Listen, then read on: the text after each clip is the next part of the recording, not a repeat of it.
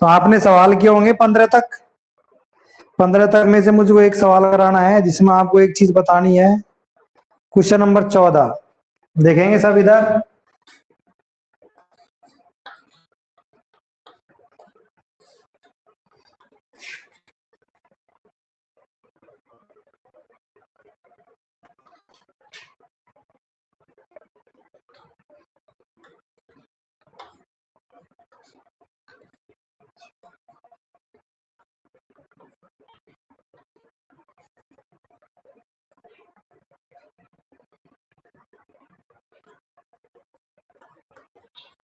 देखिए इसमें मैं क्या बता रहा हूं। मैंने आपसे कहा था कि ए इनवर्स ज्ञात करना।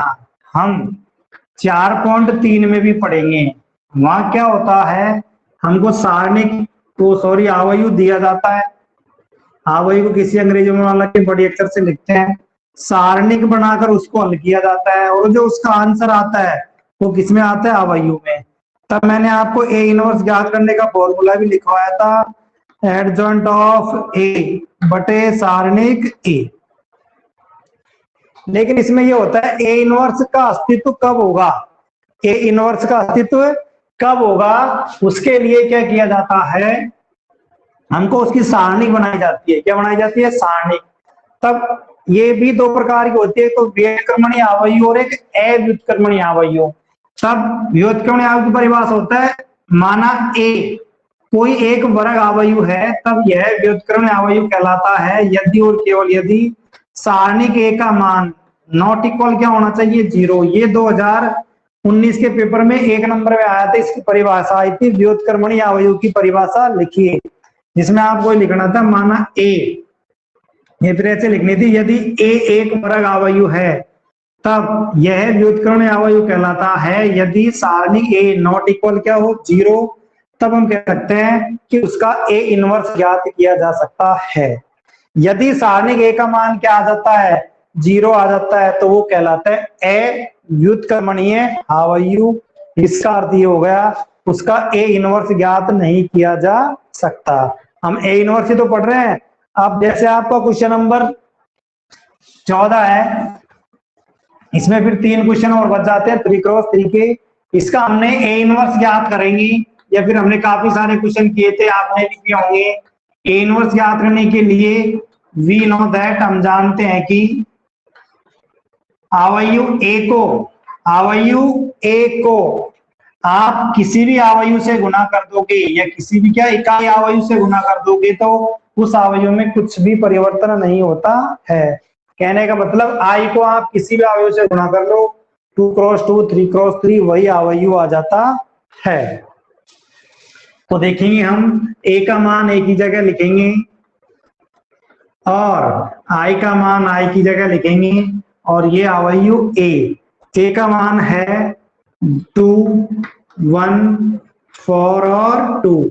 ठीक इसी प्रकार आई होता है 1 0 0 1। ठीक है भाई। अब आपको क्या करना है, मैंने बार बार बताया था, ये जो मैंने बॉक्स में बंद किया है, यहाँ पर आपको क्या बनाना है, एक इकाई आवर्त बनाना है। क्या बनाना है, एक इकाई आवर्त। इकाई आवर्त क्या होता है, 1 0 0 1, यानी आपको यहाँ क्या बनाना है, 1 1 बनाने के लिए देखो क्या करना पड़ेगा, इसमें एक संक्रिया लगा दो, छोटी संक्रिया कैसे लगा देते हैं। और यहाँ क्या बनाना है, 0, इधर क्या बनाना है आपको, 0, और यहाँ क्या बनाना है, 1। तो देखो 0 बनाने के लिए R2 में संक्रिया लगा रहा हूं मैं, R2 माइनस 2 R1, इससे आपको यहाँ भी 0 प्राप्त हो जाएगा और यहाँ भी क्या आ जाएगा, 0। तो देखेंगे इधर संक्रिया क्या कहती है हमारी, R2 का मतलब हो गया आपको कौन सी पंक्ति में संक्रिया लगानी है, द्वितीय पंक्ति में संक्रिया लगानी है। किसमें लगानी है, सेकंड पंक्ति में संक्रिया लगानी है। लेकिन ध्यान ये रखना है, जो आपकी पंक्तियां होती हैं वो कौन सी होती है, क्षैतिज रेखा होती है। पंक्ति कौन सी होती है, क्षैतिज। तो देखेंगे क्षैतिज पंक्ति कौन सी है, R2 के हुए हैं 4 और 2। R1 को पहले ऐसे कैसे लिख देंगे, 2 1 1 और 0। फिर R2 का पहला अवयव क्या है, 4, माइनस R1 का पहला अवयव क्या है, 2 दूनी 4 माइनस 4 क्या बन गया, 0। ठीक इसी प्रकार R2 का द्वितीय अवयव क्या है 2 माइनस R1 का द्वितीय अवयव क्या है 1, 1 को 2 से गुणा किया तो 2 माइनस 2 क्या आ गया 0।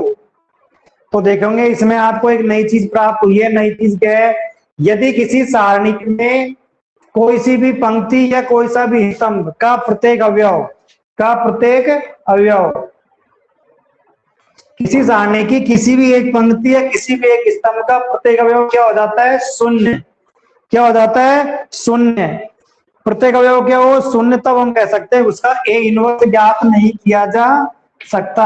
अतः ए इनवर्स का अस्तित्व नहीं है। ये काम कब होगा, जब आपने अवयव में क्या लगाई संक्रिया, संक्रिया लगाने पर आप यहाँ क्या बना रहे हैं 1, यहाँ क्या बना रहे हैं 0, या 0 या 1। इसका मतलब हमको इसका क्या निकालना है ए इनवर्स।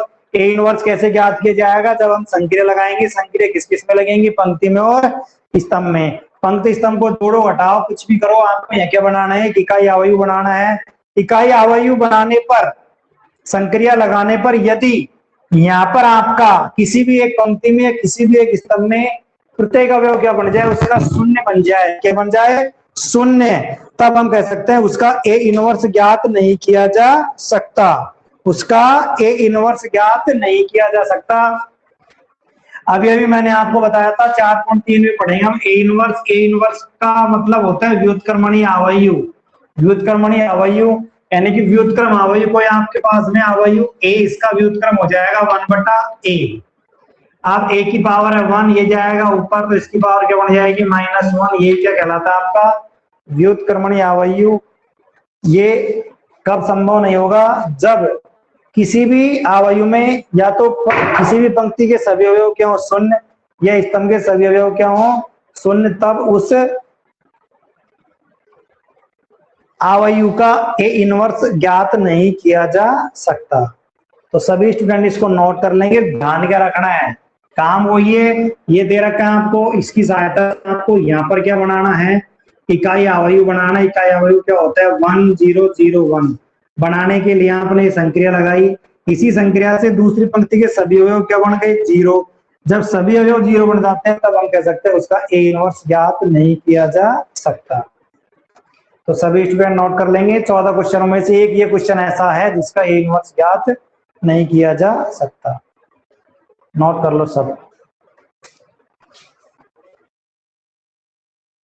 अब हम 3x3 का एक क्वेश्चन करेंगे,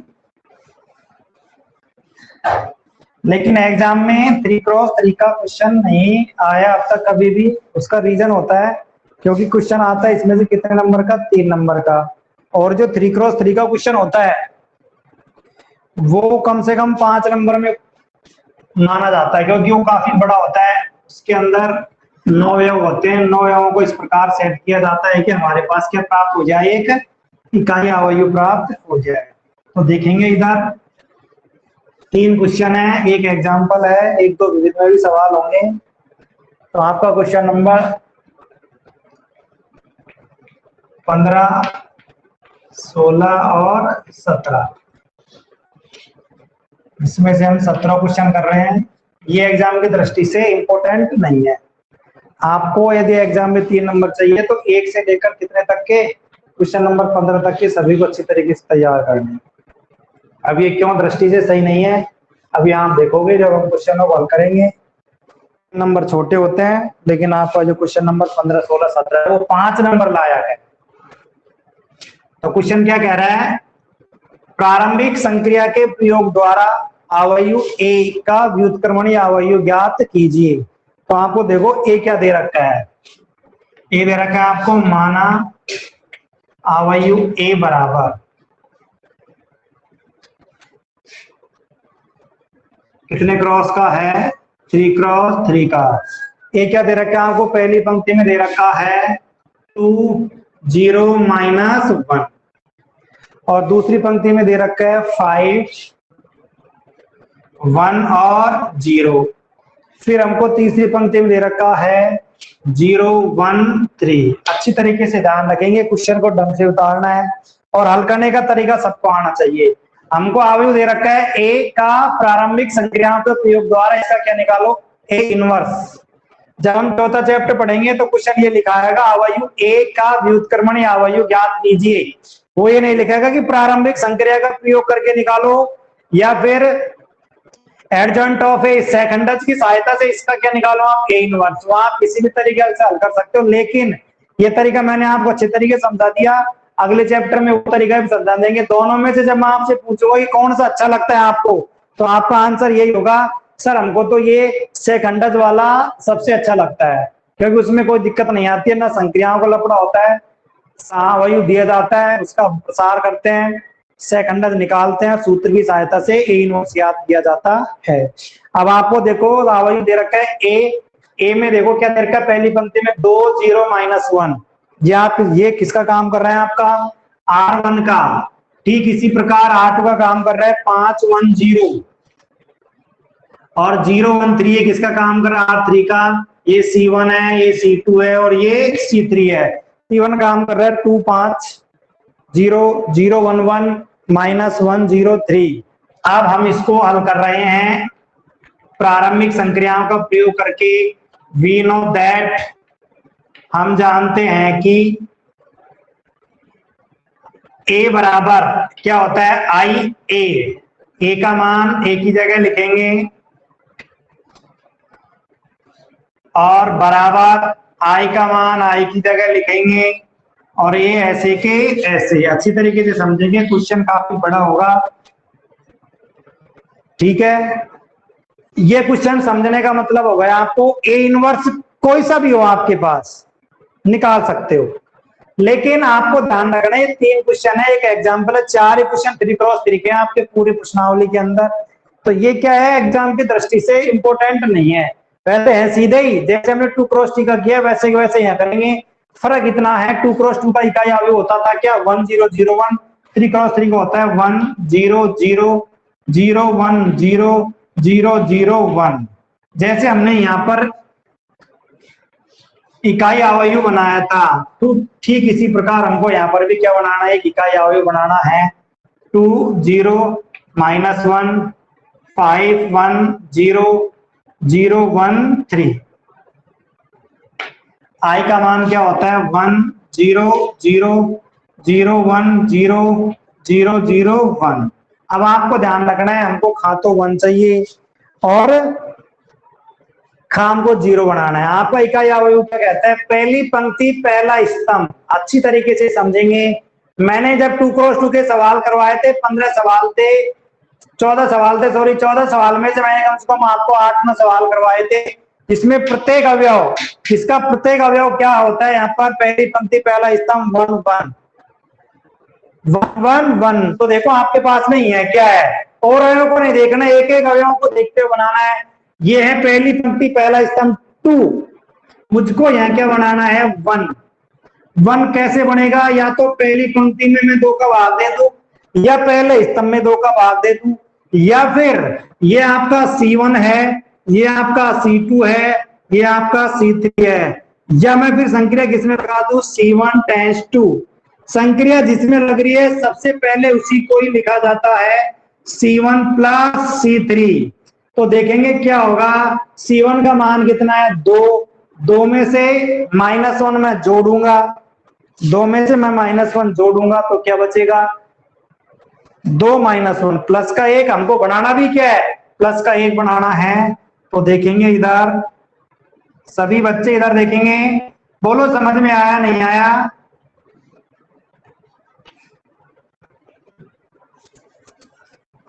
देखेंगे इधर सभी स्टूडेंट, हाँ भाई, संक्रिया किसमें लग रही है, C1 में। C1 में लग रही है, क्या लग रही है, C1 को, किसको जोड़ना है, C3 को। ये आपका C1 है, ये आपका C3 है। पहला अवयव में जोड़ देंगे, द्वितीय अवयव में जोड़ देंगे और तृतीय अवयव में जोड़ देंगे। ठीक इसी प्रकार इधर 1 में 0 जोड़ा 1, 0 में 0 जोड़ा 0, 0 में 1 जोड़ा 1। आप C2 में संक्रिया नहीं लग रही है, ना C3 में लग रही है। सभी स्टूडेंट दोबारा समझ लेंगे यहाँ तक। आपको आवायु ए दे रखा है, आवायु ए को यदि इकाई आवायु से गुणा किया जाता है तो वही आवायु प्राप्त होता है। ए का मान एक ही जगह, आई का मान आई की जगह। मैंने ये जो बॉक्स में बंद कर रखा है इस यहाँ पर आपको क्या बनाना है, इकाई आवायु बनाना है। इकाई आवायु क्या होता है, 1 0 0 1। जैसे यहाँ पर क्या है 2, मुझको क्या बनाना है, 1 बनाना है, तो 2 को मैंने किसमें घटा दिया, -1। 2 कौन से स्तंभ में आ रहा है, पहले में, -1 तीसरे में। यहाँ माइनस है या प्लस, तो मैंने C1 प्लस C3 कर दिया। 2 - 1 + 1 5 0 5 0 3 3। 1 में 0 जोड़ा 1, 0 में 0 जोड़ा 0, 0 में 1 जोड़ा 1। C2 और C3 ऐसे के ऐसे लिख देंगे, C2 और C3, 0 1 और 1, -1 0 और 3। इधर 0 1 0 0 0 1। ठीक है भाई, 1 गया 1। आप देखेंगे इधर 1 के इधर पहली पंक्ति दूसरा स्तंभ 0 है, पहली पंक्ति तीसरा स्तंभ भी 0 है, और दूसरी पंक्ति तीसरा स्तंभ भी क्या है, 0। तो आपको देखो यहाँ 0 है, यहाँ 0 है, यहाँ भी क्या बनाना है, 0। कौन से स्तंभ में आ रहा है, ये कौन से स्तंभ में आ रहा है, तीसरे में। संक्रिया कौन से स्तंभ में लगेगी, तीसरे में लगेगी। क्या, C3 + C1, C3 + C1। तो C3 + C1 लगा देंगे संक्रिया। आप संक्रिया किसमें लग रही है पता होना चाहिए, C3 में। तो C1 और C2 ऐसे कैसे रहेंगे, उनमें कुछ भी परिवर्तन नहीं होगा।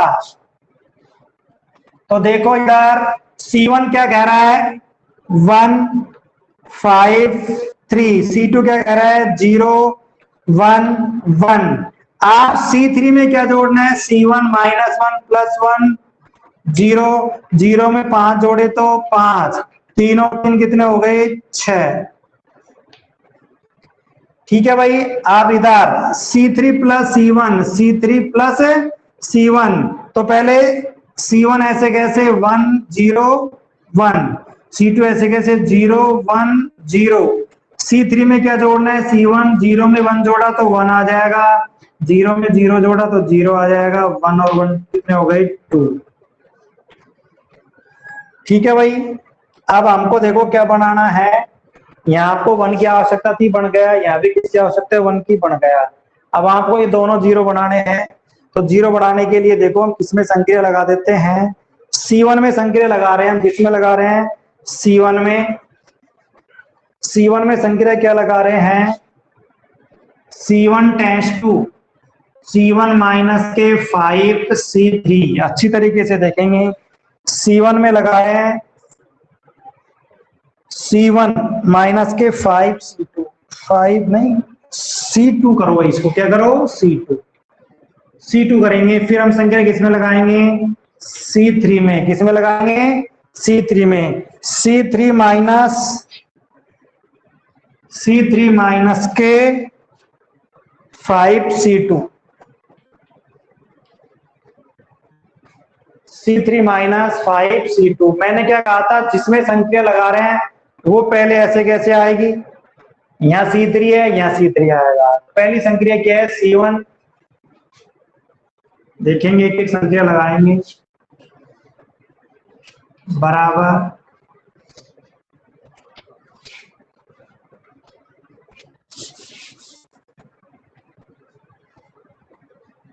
हाँ भाई, C1 क्या है, 1 5 3। C2 क्या है, 0 1 1।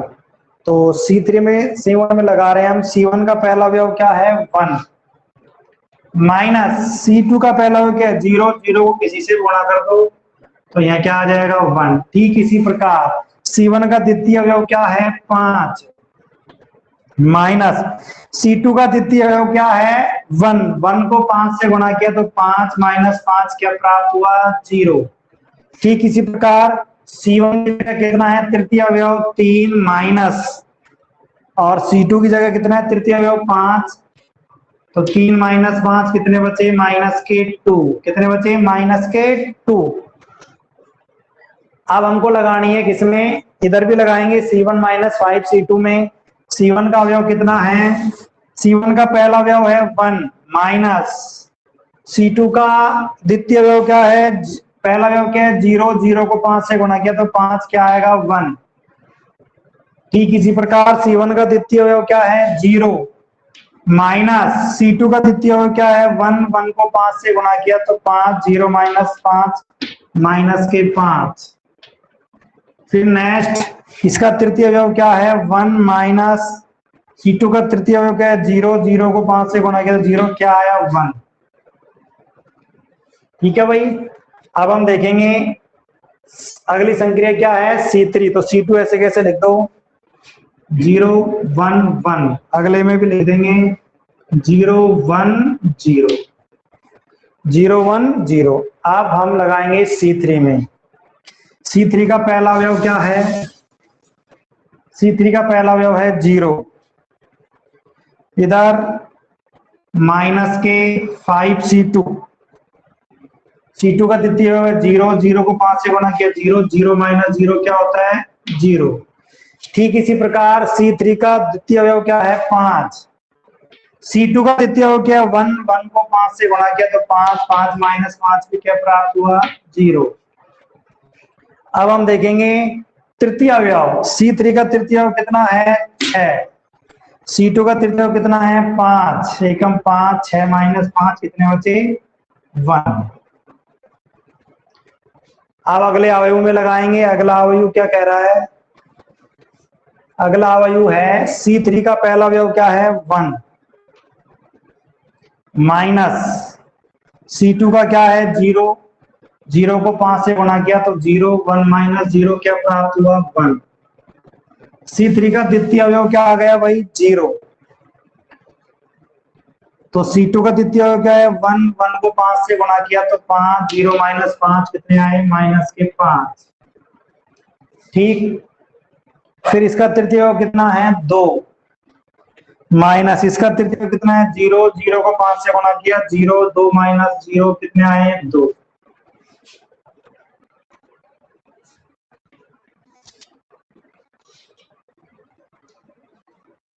बराबर अवयव ए। C2 माइनस C3 करो भाई। C2 माइनस C3, ये ऐसे के ऐसे।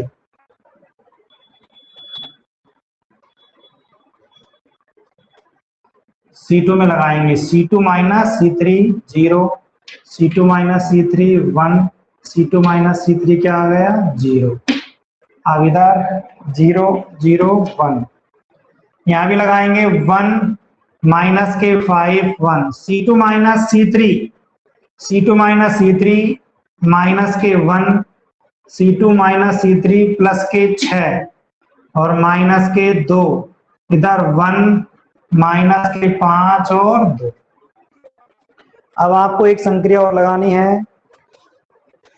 यहाँ क्या बनाना है? आपको 0 बनाना है। यहाँ क्या बनाना है? 0, 1, 0, 0, 0, 1, 0, 0, 0, 1। तो देखेंगे 0 कहाँ बनाना है? C1 की जगह बनाना है भाई। किसकी जगह बनाना है? C1 की जगह 0 बनाना है। जिसमें संक्रिया लगा रहे हैं सबसे पहले उसी को लिखा जाएगा। यह क्या बनाना है? 0। ये किसका चिन्ह है? माइनस का। तो यह किसका चिन्ह आएगा? प्लस का। 2C3, 2C3 चेक करो 0 बन जाएगा क्या? C1 का तृतीय अवयव है -2 और C3 का तृतीय अवयव है 1, 1 को 2 से गुणा किए 2 माइनस 2 हो गया 0। तो लगा दो संक्रिया पूरे C1 में। बराबर अवयव ए।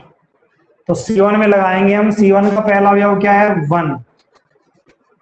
C3 का भी पहला अवयव क्या है? 0, 0 को 2 से गुणा किया तो 0 और 0 में 1 जोड़ा तो क्या आएगा? 1। ठीक इसी प्रकार C1 का द्वितीय अवयव 0, C3 का द्वितीय अवयव 0, ये भी क्या आएगा? 0। C1 का तृतीय अवयव है माइनस का 2, C3 का तृतीय अवयव है 2, 1 से गुणा किया 2 प्लस 1 क्या प्राप्त हुआ? 0। ठीक है। अब ऐसे कैसे यहाँ लगाएं अगले अवयव में? C1 का मान कितना है? 1। C3 का कितना है? 1। 1 को 2 से गुणा किया तो 2 और +1 कितने आ गए 3। ठीक इसी प्रकार C1 का द्वितीय अवयव क्या है -5 प्लस C3 का द्वितीय अवयव क्या है -5, 2 से गुणा किया तो -10 कितने हो गए -15। C1 का तृतीय अवयव क्या है 1, C3 का तृतीय अवयव कितना है 2 दूनी 4 प्लस कितने हो गए 5। C2 में नहीं लग रही सारी चीज ऐसे कैसे लिख देंगे 0 1 0 0 0 1 इकाई अवयव आ गया 1 0 0 0 1 0। मुख्य विकर्ण क्या होना चाहिए इसका 1 1 होना चाहिए, बाकी चीज ऐसे के ऐसे।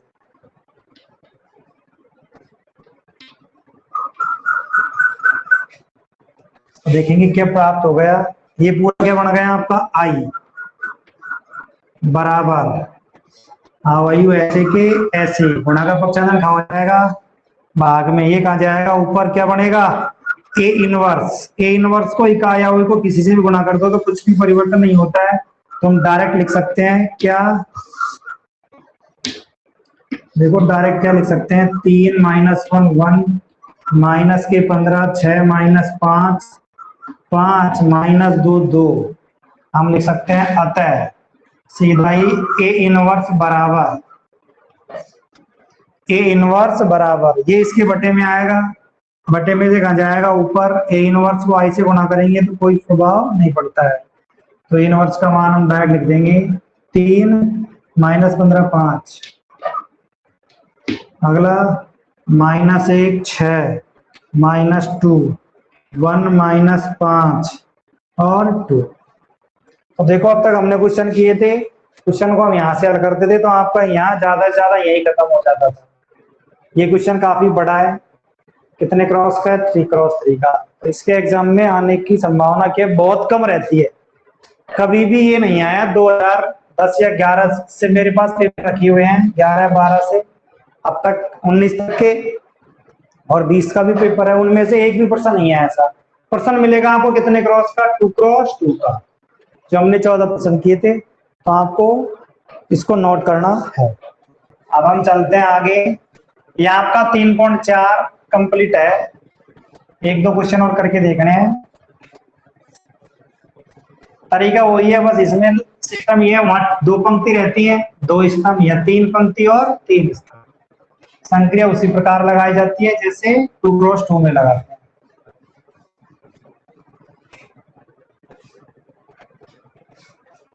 अब देखेंगे 3 आयु को कैसे गुणा किया जाता है, जैसे 3 संख्याओं को गुणा कैसे करते हैं वैसे के वैसे 3 आयु को कैसे गुणा किया जाता है। अब हम पढ़ेंगे विविध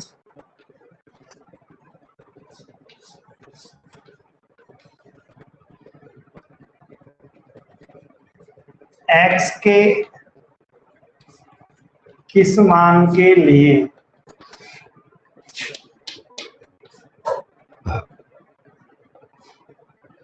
आयु दे रखा है 1 2 1, फिर अगला आयु दे रखा है 3 क्रॉस 3 का,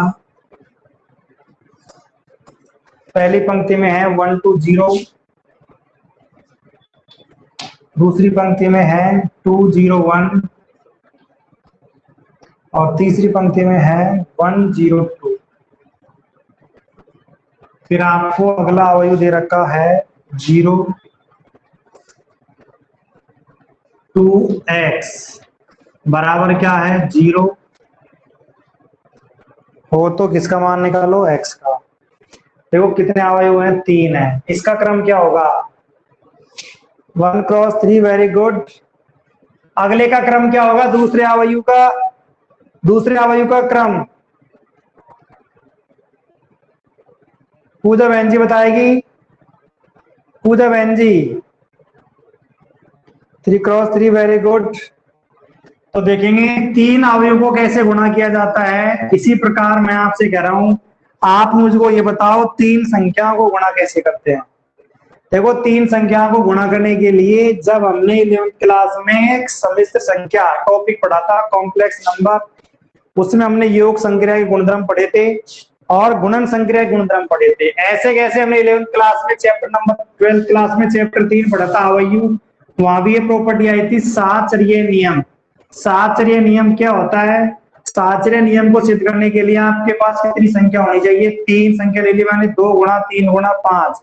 तो इसको कैसे गुणा किया जाता है? पहले तो प्रथम दोनों संख्या गुणा कर लेंगे, 2 3 6, फिर अंतिम संख्या गुणा करेंगे, आंसर कितने आ रहे हैं? 30। इसको ऐसे भी कर सकता हूं मैं पहले लास्ट की 2 संख्याओं को गुणा करूंगा, लास्ट की दोनों संख्याओं को 5 के 15 दूनी 30। तो इसी प्रकार संख्याओं को आपने जैसे गुणा किया है वैसे के वैसे आपको क्या करना है? अवयु को गुणा करना है। अवयु को गुणा कैसे करेंगे? पहला अवयु है 1 2 1 और आपका जो द्वितीय अवयु है 1 2 0 और 2 0 1 1 0 2। ठीक इसी प्रकार आपका जो तृतीय अवयव है 0 2 x बराबर क्या है? 0। बराबर क्या है भाई? 0। अब हम देखेंगे तीनों को गुणा कैसे किया जाता है, लेकिन गुणा तो कर रहे हैं, आपको पता होना चाहिए 2 अवयव गुणा कब होते हैं। 2 अवयव को गुणा करने के मैंने एक नोट डाल के लिखवाया था आपको। 2 अवयव गुणा कब होते हैं? जब प्रथम अवयव में तो स्तंभों की संख्या और द्वितीय अवयव में पंक्तियों की संख्या क्या हो? बिल्कुल समान हो, तब हम उन दोनों अवयवों को गुणा कर सकते हैं। इसमें आप चाहे पहले इनको गुणा कर लो, चाहे लास्ट के दोनों अवयवों को गुणा कर लो, जैसे आपको ठीक लगता है वैसे इससे कैसे कर दो। तो देखिए हम अंतिम दोनों संख्याओं को गुणा कर रहे हैं। गुणा करने के लिए आपको पता होना चाहिए 2 अवयव गुणा कब होते हैं। प्रथम अवयव में स्तंभों की संख्या कितने स्तंभ है? 3। C1 का योग है 1 2 1, C2 के 2 0 0, C3 के 0 1 2 और अगले अवयव में पंक्तियों की संख्या कितनी है? 3। कहने का अर्थ जब 2 अवयव को गुणा किया जाता है, प्रथम अवयव में स्तंभों की संख्या तथा द्वितीय अवयव में पंक्तियों की संख्या क्या हो? समान हो। तो देखेंगे इधर गुणा करने की कैसे। गुणा करने के लिए ध्यान रखना है ये अवयव किससे गुणा हो रहा है? इससे। इसके अंदर देखो कितने स्तंभ हैं? एक ही स्तंभ है। स्तंभ को उठाएंगे, किसके ऊपर जमाएंगे? पंक्ति के ऊपर। 0 2 और x। 0 को 1 से गुणा किया 0, 2 दूनी 4, x को 0 से गुणा किया 0, 0 को 2 से गुणा किया 0, 0 को 2 से गुणा किया 0, x को 1 से गुणा किया x, 0 को 1 से गुणा किया 0 और 0 को 2 से गुणा किया 0, x को 2 से गुणा किया तो 2x बराबर 0 अवयव। अब हम इसको जोड़ लेंगे, क्या प्राप्त होता है? 4x और 2x बराबर क्या चल रहा है? 0। चेक करेंगे वापस कि दोनों अवयव गुणा हो जाएंगे क्या। गुणा करने के लिए इसके अंदर कितने स्तंभ है? 3। इसके अंदर कितनी पंक्ति है? 3। ये अवयव इससे उठ जाएगा। गुणा गुणा कैसे करते हैं? ये अवयव किससे गुणा होगा? इससे। इसके अंदर कितने स्तंभ है? एक स्तंभ है। स्तंभ को उठाएंगे, जमाएंगे पंक्ति के ऊपर 4x और 2x। तो देखेंगे इधर क्या प्राप्त हुआ? 4 प्लस 2x प्लस 2x बराबर क्या है? 0। तो देखेंगे कितने अवयव हो गए आपके पास में? 4 प्लस 4 और 2 6x बराबर 0। तो 4 प्लस के 6x बराबर क्या हो गया? नहीं सॉरी 6 नहीं आएगा, 2x और 2x कितने हो गए? 4x। किसका मान चाहिए? 4x। प्लस का पक्षांतर माइनस में और गुणा का पक्षांतर किसमें हो गया? भाग में। माइनस के 4/4। x का मान क्या आ गया? माइनस के 1। x का मान क्या आ गया भाई? -1। देखेंगे दोबारा अच्छी तरीके से समझेंगे क्या किया इसमें हमने। आपके पास कितने अवयव हैं? 3 अवयव हैं। ये पहला अवयव, द्वितीय, तृतीय। इसका क्रम है पहली पंक्ति 3 स्तंभ 3 क्रॉस 3 3 क्रॉस 1। हमने इसको उतार लिया। गुणा करने के लिए आपको ध्यान रखना है क्या करना है? पहले इनको भी गुणा कर सकते हैं और ये मैंने इनको गुणा किया। इसके अंदर कितने स्तंभ है? 1 2 3। 3 स्तंभ। इसके अंदर पंक्ति कितनी है? 3। तो ये अवयव किससे गुणा हो रहा है? इससे। इसके अंदर कितने स्तंभ है? एक ही स्तंभ है। पूरे स्तंभ को उठा के किसके ऊपर जमाना है? पंक्ति के ऊपर। इसको पकड़ के ले आएंगे हम, यहां तक ले आए, पंक्ति बन गई ना। तो 0 2 और x। 0 2 दूनी 4, x को 0 से गुणा किया 0 0 x एकम x 0 0 x को 2 से गुणा किया 2x। ये ऐसे कैसे जोड़ लिया, ये आ गया। वापिस देखेंगे, गुणा करेंगे, ये आ इससे गुणा हो जाएगा, गुणा करने इसको उठाएंगे, पंक्ति के ऊपर जमाते हैं। 4x 2x, 4 2x और 2x, 4 और 2 कितने हो गए 6, सॉरी 2x और 2x कितने हो गए 4x बराबर 0, प्लस का फंक्शन किसमें माइनस में, गुणा का भाग में, को क्या प्राप्त हो गया x का मान माइनस का 1। ये भी आपका अच्छा क्वेश्चन है 1 नंबर के लिए। 3x3 यानी कि 3 अवयवों को कैसे गुणा किया जाता है, ऐसा कैसा एक क्वेश्चन है आपके एग्जाम में। इसमें देखेंगे वो क्वेश्चन कौन सा है। क्वेश्चन नंबर आपका है 9वां। कौन सा क्वेश्चन है 9वां।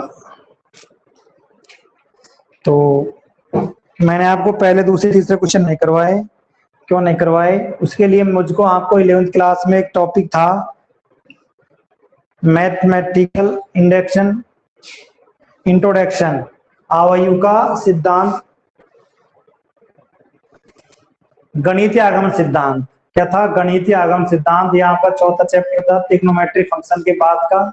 लेकिन क्या किया था, पिछली साल स्कूलें खुली नहीं थी, तो लेट खुलने के कारण ये टॉपिक कुछ हटा दिए थे आपके।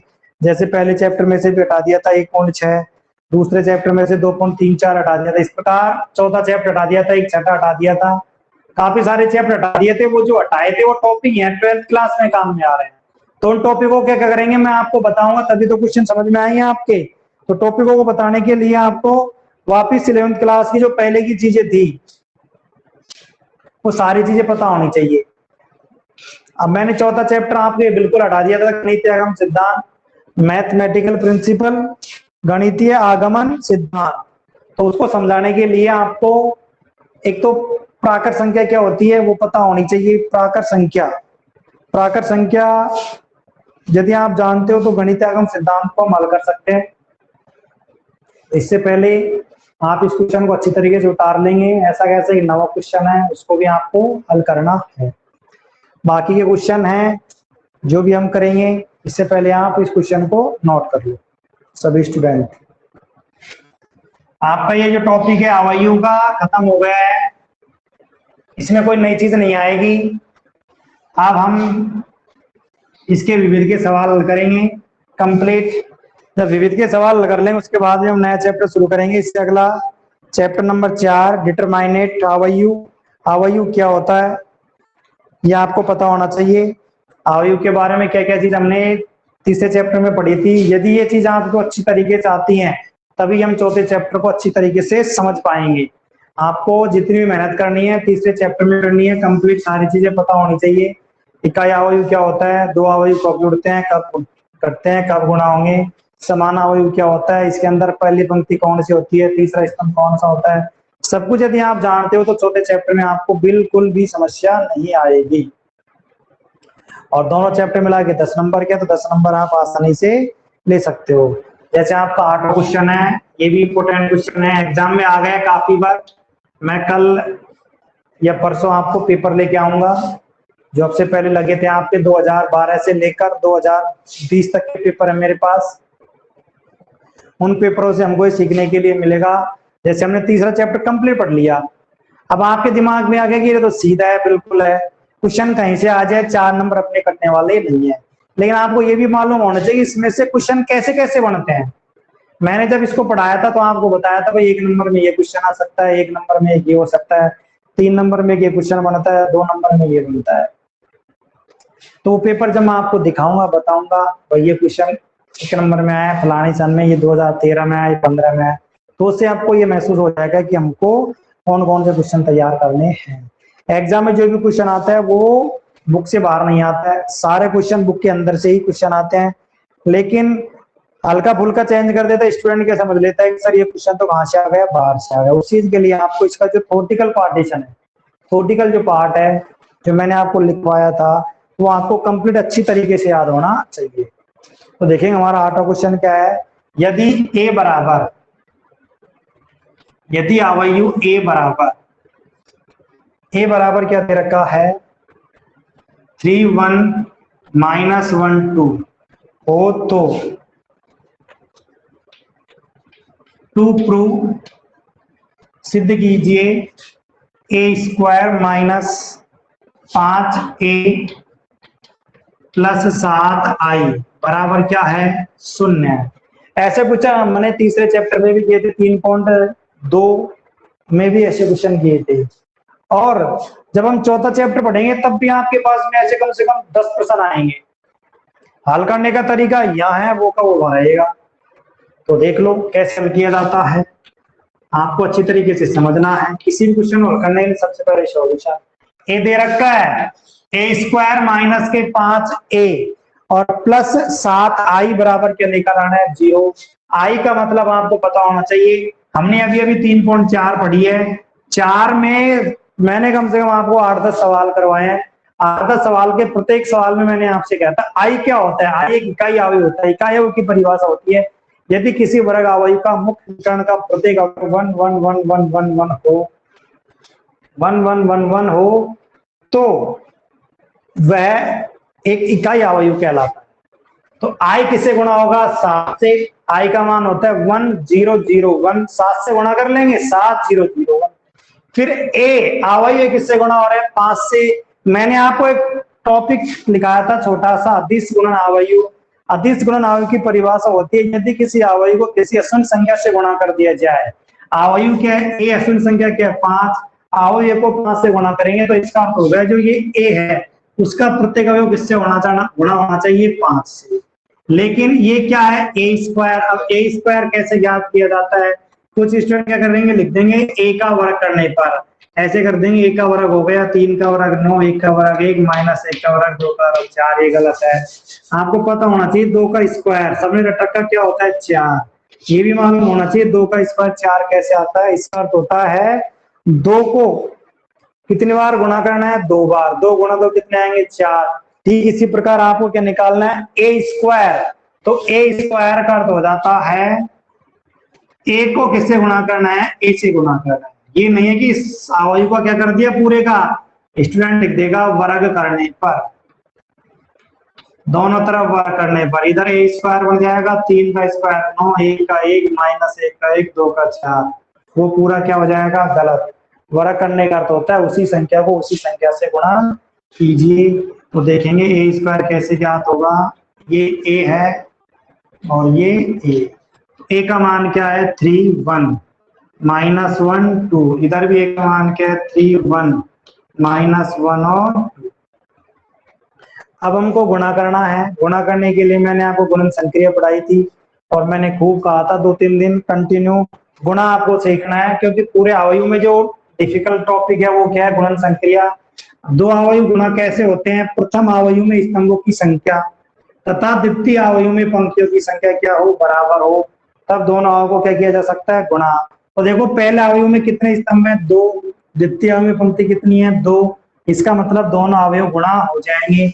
गुणा कैसे करते हैं, गुणा करने के लिए ध्यान रखेंगे ये अवयव, ये वाला अवयव किससे गुणा होगा इससे गुणा होगा। इसके अंदर कितने स्तंभ है 2 स्तंभ है। जब हम गुणा करेंगे तो आपको भी कितने स्तंभ बनाने हैं 2। कैसे करेंगे एक एक स्तंभ उठाएंगे। बोलो आपका पहला स्तंभ क्या है 3 माइनस 1। पंक्ति के रूप में लिखना है। पंक्ति क्या होती है क्षैतिज रेखा होती है, ये लिख दिया हमने इनके ऊपर। एक एक को गुणा करेंगे 3 3 9 माइनस 1 माइनस का 3 है माइनस का 2। स्तंभ उठाया है पंक्ति के ऊपर जमा दिया और हमने पूरे अवयव को कर दिया गुणा, और स्तंभ भी बनाना है। फिर अगला स्तंभ आपका क्या है 1 और 2। स्तंभ उठाया है तो स्तंभ भी बनाएंगे, पंक्ति के ऊपर जमा दो। 1 को 3 से गुणा किया तो 3 2 1 2। 1 को माइनस 1 से गुणा किया तो माइनस 1 2 दूनी 4। अगला स्तंभ बना दिया, जोड़ देंगे 9 माइनस 1 8 माइनस 3 माइनस 2 माइनस के 5 3 और 2 कितने हो गए 5 4 माइनस 1 3। अब आपको सिद्ध क्या करना है, सिद्ध आपको करना है ए स्क्वायर माइनस के 5a प्लस 7i बराबर क्या लेकर आना है 0। क्या लेकर आना है 0। तो देखेंगे ए स्क्वायर का मान तो क्या है आपके पास -5, ए का मान आपके पास क्या है प्लस 7, आई का मान आपके पास क्या है लेकर के आना है आपको 0। किसको हल कर रहे हैं हम LHS। ए स्क्वायर का मान ए स्क्वायर की जगह 8, 5 -5 और 3। ए का मान क्या है? आवायु ए 3, 1 -1 और 2। आई क्या होता है? आई इकाई आवायु होता है जो हमने को पढ़ा था 1 0 0 1। ये 2 क्रॉस 2 का इकाई आवायु होता है। तब LHS बराबर देखेंगे ये ऐसे कैसे प्रथम आवायु। हाँ भाई, इस आवायु से क्या गुणा हो रहा है? 5 प्रत्येक अवयव से गुणा कर दो। 5 3 15, 5 एकम 5 माइनस के 5 और 5 दूनी 10। इकाई आवायु को किससे गुणा कर देंगे? 7 से। 7 0 0 7। आप या तो दोनों अवयवों को जोड़ लो पहले या घटा लो, जैसे आप के समझ में आता है वैसे वैसे कर लेते हैं। पहले हम इन दोनों अवयवों को कर लेते हैं, घटा लेते हैं। 7 0 0 7। देखेंगे इधर दो आवायु कब घटते हैं, अच्छी तरीके से सीख लेना। दो आवायु कब घटते हैं, खूब सिखाया आपको। दो आवायु कब घटेंगे? जब उनका क्रम क्या होगा? समान। क्रम समान होने पर पहली पंक्ति पहला स्तंभ, पहली पंक्ति पहला स्तंभ। माइनस के 7, 5 -5 0, -5 माइनस प्लस 3 -10 माइनस के 7। आप दोनों अवयव के बीच में किसका चिन्ह है? दोनों अवयव के बीच में किसका चिन्ह है? प्लस का। दोनों अवयव घटाएंगे। -7 + 7 0, 0 + 0 0, 0 + 0 0, -7 + 7 0। अब इसका प्रत्येक अवयव क्या हो गया? शून्य। प्रत्येक अवयव शून्य हो गया तो वो क्या कहलाता है? शून्यावयु। शून्यावयु की परिभाषा क्या होती है? ऐसा अवयव जिसका प्रत्येक अवयव क्या हो? शून्य, क्या कहलाएगा? शून्यावयु। और उसको किससे लिखते हैं? बड़े आकार के 0 से लिखा जाता है। तो इसको नोट कर लेंगे सभी स्टूडेंट अच्छी तरीके से। इसके जो बचे कुछ से क्वेश्चन हैं हम कल की क्लास में पढ़ेंगे। नेक्स्ट क्लास में जब भी लगेगी आपकी, कल लगेगी, वही केमिस्ट्री क्लास के बाद में।